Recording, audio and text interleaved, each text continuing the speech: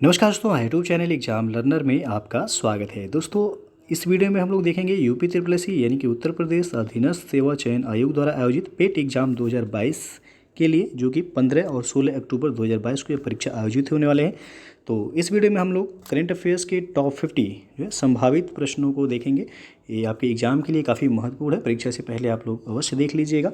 तो वीडियो को आप लोग लाइक शेयर कर दीजिएगा, चैनल पर पहली बार आए हैं तो सब्सक्राइब कर लीजिएगा, बेल आइकन को प्रेस कर लीजिएगा, जिससे आने वाले अगले वीडियो का नोटिफिकेशन आपको पहले मिलता रहे। और आपको बता दें कि हमारे चैनल पे घटना चक्र टो सीरीज का जो है समान अध्ययन के कुल 10 मॉडल पेपर जो अपलोड किए गए हैं पेट एग्जाम के लिए, तो उसे भी आप लोग जो है परीक्षा से पहले देख सकते हैं।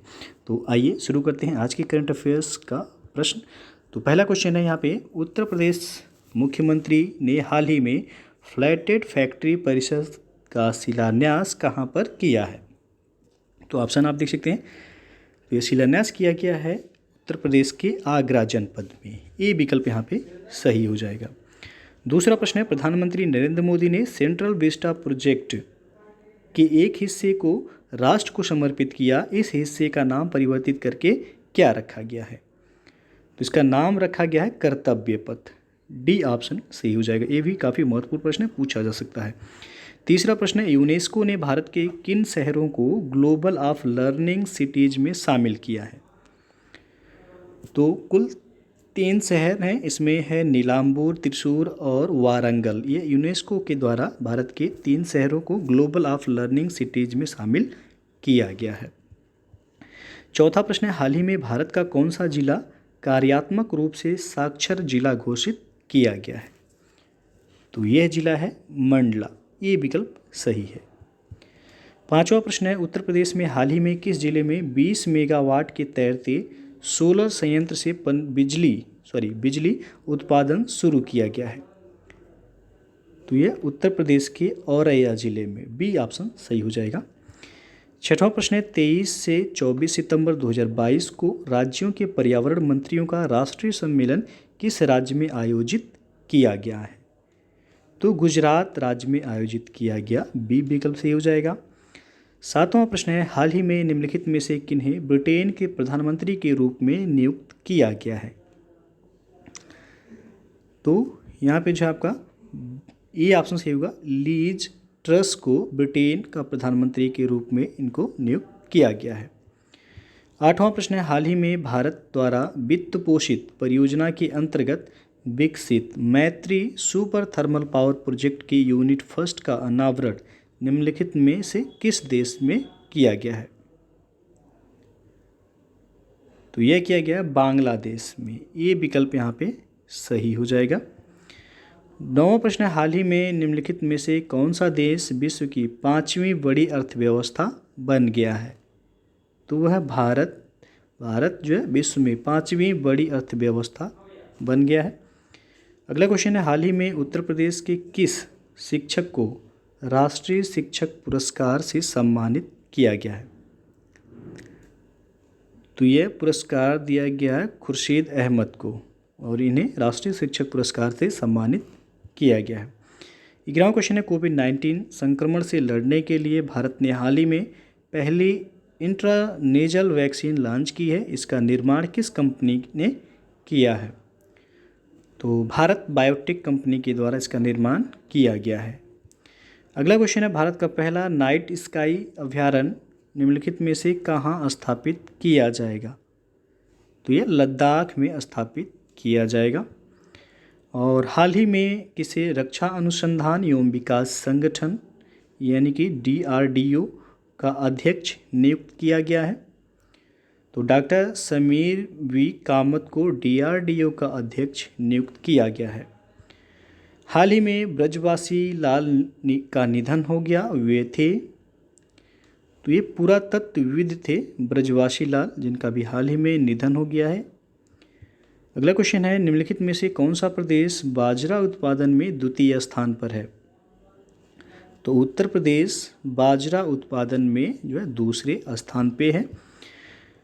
16वां प्रश्न है, मिखाइल गोर्बाचेव जिनका निधन 91 वर्ष की उम्र में हुआ है, किस देश के राष्ट्रपति थे?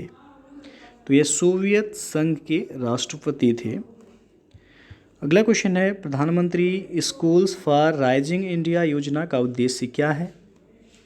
तो स्कूलों का पुनर्विकास जो है इसका मुख्य उद्देश्य है।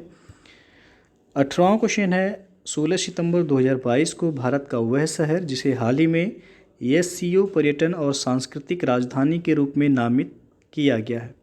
तो शहर है वाराणसी। नोएडा में आयोजित विश्व डेयरी सम्मेलन 2022 का विषय क्या था? ये थीम पूछा गया है। थीम था पोषण और आजीविका के लिए डेयरी, और पूछा जा सकता है ये कहाँ आयोजित हुआ? तो नोएडा में आयोजित हुआ। 20वां प्रश्न है, नेशनल क्राइम ब्यूरो रिपोर्ट 2021 के अनुसार पूरे देश में सांप्रदायिक हिंसा के कुल दर्ज मामलों में उत्तर प्रदेश के कितने मामले थे? तो उत्तर प्रदेश का एक मामला था, यहाँ पे डी ऑप्शन सही हो जाएगा। हाल ही में भारत ने संयुक्त सैन्य अभ्यास वज्र प्रहार का अभ्यास किस देश के साथ किया है? तो वज्र प्रहार भारत और अमेरिका के बीच आयोजित किया जाता है। अगला क्वेश्चन है, will power the inside story of the incredible turn around in Indian women hockey नामक पुस्तक निम्नलिखित में से किसके द्वारा लिखी गई है? तो ये पुस्तक लिखा गया सोजर्ड मारिन के द्वारा, यहाँ पे सी ऑप्शन सही होगा। 23वां प्रश्न है, हाल ही में निम्नलिखित में से किस फिल्म को 67वां फिल्म फेयर अवार्ड प्रदान किया गया है? तो ये दिया गया फिल्म शेरशाह को, बी विकल्प यहाँ पे सही हो जाएगा। अगला क्वेश्चन है, वह कौन सी योजना है जिसके तहत हाल ही में केंद्रीय विज्ञान और प्रौद्योगिकी मंत्री ने 10 से 32 वर्ष की आयु के लोगों को विज्ञान और अनुसंधान में कैरियर बनाने हेतु प्रोत्साहित करने के लिए लगभग 53,000 छात्रों को वित्तीय सहायता प्रदान की है? तो योजना का नाम आपको बताना है, वह योजना है इंस्पायर योजना, ए ऑप्शन सही हो जाएगा यहाँ पे। अगला क्वेश्चन है, एक जिला एक उत्पाद योजना यानी कि one district one product ODOP योजना के तहत निम्नलिखित में से किस उत्पाद को अंतर्राष्ट्रीय स्तर पर पहचान दिलाने के लिए उत्तर प्रदेश द्वारा एक बड़े फेस्टिवल का आयोजन किया जाएगा? तो वह है इत्र, यहाँ पे सी ऑप्शन सही हो जाएगा। 26वां प्रश्न है, विश्व ओजोन परत संरक्षण दिवस किस तिथि को मनाया जाता है? तो यह भी हाल ही में मनाया गया 16 सितंबर को, ये ऑप्शन सही है। भारत से किन्हें निपाह वायरस एवं कोविड-19 महामारी के दौरान सार्वजनिक सेवा तथा सामुदायिक नेतृत्व के लिए रैमन मैग्सेसे पुरस्कार 2022 दिए जाने का प्रस्ताव दिया गया था? तो यहाँ पे ई विकल्प सही होगा, के सैलजा को। अगला क्वेश्चन है, हाल ही में शरणार्थियों के लिए सकारात्मक कार्य करने हेतु वर्ष 2022 का यूनेस्को शांति पुरस्कार किसे दिया गया? तो ये दिया गया है एंजेला मर्केल को, बी ऑप्शन सही हो जाएगा। ये जर्मनी की जो है पूर्व चांसलर भी हैं। अगला क्वेश्चन है, 36वें राष्ट्रीय खेलों के लिए हाल ही में निम्नलिखित में जिसे गीत के रूप में चुना गया उस गीत का शीर्षक पंक्ति क्या है? तो यहाँ पे बी विकल्प सही होगा, जुड़ेगा इंडिया और जीतेगा इंडिया, यह जो है गीत का शीर्षक पंक्ति है। अगला क्वेश्चन है, उत्तर प्रदेश के पशुधन विभाग ने मलेशिया की तर्ज पर लंपी वायरस के बढ़ते मामले को देखते हुए एक इम्यून बेल्ट कवर तैयार करने की योजना बनाई है। इस योजना का विस्तार किन जिलों के मध्य है? तो यह है पीलीभीत से लेकर इटावा तक, बी विकल्प यहाँ पे सही हो जाएगा। अगला क्वेश्चन है, वर्ष 2022 का US ओपन टेनिस टूर्नामेंट का फाइनल मुकाबला निम्नलिखित में से किस खिलाड़ी ने जीता है?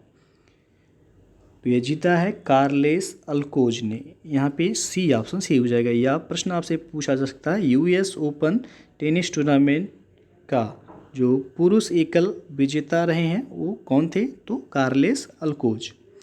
अगला प्रश्न है, निम्नलिखित में से किस देश ने एशिया कप 2022 का खिताब अपने नाम किया है? तो श्रीलंका ने, डी ऑप्शन सही हो जाएगा। अगला प्रश्न आपका, ज्यूरिख डायमंड लीग 2022 में प्रथम पुरस्कार किस भारतीय खिलाड़ी ने प्राप्त किया है? तो नीरज चोपड़ा ने प्राप्त किया, बी ऑप्शन सही हो जाएगा। और इनका संबंध पूछा जा सकता है किससे है? तो जैवलिन थ्रो यानी कि भाला फेंक से ये संबंधित हैं। अगला प्रश्न है, मानव विकास सूचकांक 2021 में 191 देशों की सूची में प्रथम स्थान किस देश को प्रदान किया गया?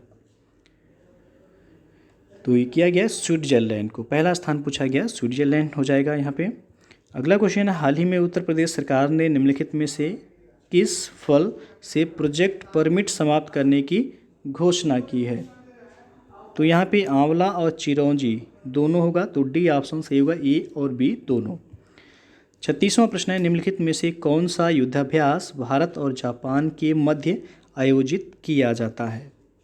तो भारत और जापान के मध्य जो है धर्म गार्जियन और जिमेक्स दोनों आयोजित किया जाता है, तो डी ऑप्शन सही हो जाएगा यहाँ पे। अगला प्रश्न है, विश्व की 6 बड़ी अर्थव्यवस्थाओं के सही अवरोही क्रम की पहचान कीजिए। तो अभी आपको बताया गया कि भारत जो है 5वीं सबसे बड़ी अर्थव्यवस्था बन गई है विश्व में। पहले स्थान पे है अमेरिका, उसके बाद चीन, फिर जापान, जर्मनी, भारत और ब्रिटेन, यानी कि डी विकल्प यहाँ पे सही हो जाएगा। जो सबसे बड़ी विश्व में देखा जाए अर्थव्यवस्था तो अमेरिका का है, दूसरे पे चीन है, तीसरे पे जापान, चौथे पे जर्मनी, 5वें पे भारत हो गया है और 6ठे स्थान पे है ब्रिटेन। अगला प्रश्न है, फ्रिगेट तारागिरी में निम्नलिखित में से किस तकनीकी का इस्तेमाल किया गया है? तो इसमें स्टील्थ टेक्नोलॉजी का इस्तेमाल किया गया है, बी ऑप्शन सही हो जाएगा। वह कौन सी फिल्म है जिसे हाल ही में 95वें अकादमी पुरस्कार यानी कि ऑस्कर में सर्वश्रेष्ठ अंतर्राष्ट्रीय फीचर फिल्म श्रेणी में भारत की आधिकारिक प्रविष्टि के रूप में शामिल किया गया है? तो यहाँ पे ये ऑप्शन सही होगा, छेलो शो को शामिल किया गया है। और 94वें फिल्म जो ऑस्कर पुरस्कार है वो किस फिल्म को दिया गया था? तो फिल्म कोडा को जो है ऑस्कर पुरस्कार दिया गया था। यहाँ पे पूछा गया है 95वें ऑस्कर में सर्वश्रेष्ठ अंतर्राष्ट्रीय फीचर फिल्म श्रेणी में भारत की आधिकारिक प्रविष्टि के रूप में शामिल किया गया, तो वह है छेलो शो। अगला प्रश्न आपका, उत्तर प्रदेश के जल शक्ति मंत्रालय ने निम्नलिखित में से किस शहर से प्लास्टिक मुक्ति स्वच्छता अभियान की शुरुआत की है? तो वाराणसी से इस अभियान की शुरुआत की गई। अगला प्रश्न है, चांगथांग पठार निम्नलिखित में से किस राज्य या केंद्र शासित प्रदेश में है? यह तो यह लद्दाख में है। चांगथांग पठार लद्दाख जो है केंद्र शासित प्रदेश है। अगला क्वेश्चन है, आईसीसी पैनल के पूर्व अंपायर असद रऊफ का संबंध किस देश से है? तो इनका संबंध है पाकिस्तान से। अगला प्रश्न है, साइरस मिस्त्री की मृत्यु एक सड़क हादसे में हो गई है, ये पूर्व में किस कंपनी के चेयरमैन थे? तो टाटा सन्स के ये चेयरमैन थे साइरस मिस्त्री, जिनका भी एक कार दुर्घटना में जो है मृत्यु हो गया है। अगला प्रश्न है, निम्नलिखित में से किस नेता के शासनकाल में सोवियत संघ का विघटन हुआ था? तो मिखाइल गोर्बाचेव के शासनकाल में सोवियत संघ का विघटन हुआ था। 45वां प्रश्न है, हाल ही में उत्तर प्रदेश के किस विश्वविद्यालय ने सुपर कंडक्टिंग मैग्नेट सिस्टम विकसित किया है? तो यह इलाहाबाद विश्वविद्यालय के द्वारा विकसित किया गया है। अगला प्रश्न है, वर्तमान में भारत में कुल कितनी क्षेत्रीय परिषदें हैं? तो 5 क्षेत्रीय परिषदें हैं वर्तमान में भारत में। और भारत अमेरिका संयुक्त सैन्य अभ्यास वज्र प्रहार का 13वां संस्करण किस राज्य या केंद्र शासित प्रदेश में आयोजित किया गया है? तो यह हिमाचल प्रदेश में आयोजित किया गया। अभी इसके पहले हम लोग देखे थे वज्र प्रहार ये किन देशों के बीच आयोजित होने वाला सैन्य अभ्यास था? तो भारत और अमेरिका के बीच। कौन सा संस्करण इस बार का था? तो 13वां संस्करण। कहाँ आयोजित हुआ है? तो हिमाचल प्रदेश में ये संपन्न हुआ है। अगला प्रश्न है, हाल ही में जारी वैश्विक वित्तीय केंद्र सूचकांक में दुनिया का कौन सा शहर सबसे पसंदीदा वित्तीय केंद्र के रूप में शीर्ष पर है? तो है न्यूयॉर्क, बी ऑप्शन यहाँ पे सही हो जाएगा। और अगला क्वेश्चन देखते हैं, अंतर्राष्ट्रीय शांति और अहिंसा दिवस जो कि यूएन के द्वारा मनाया जाता है, किस तिथि को मनाया जाता है? तो यूएन यानी कि संयुक्त राष्ट्र द्वारा किस तिथि को अंतर्राष्ट्रीय शांति और अहिंसा दिवस दिया गया मनाया जाता है? तो 21 सितंबर को अंतर्राष्ट्रीय शांति और अहिंसा दिवस के रूप में संयुक्त राष्ट्र के द्वारा मनाया जाता है।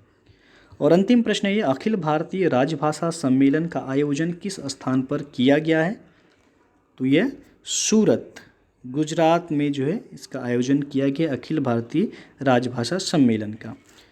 तो दोस्तों ये था आपका करंट अफेयर्स के टॉप 50 क्वेश्चंस जो कि पेट एग्ज़ाम के लिए काफ़ी महत्वपूर्ण है, प्रश्न यहाँ से बन सकते हैं।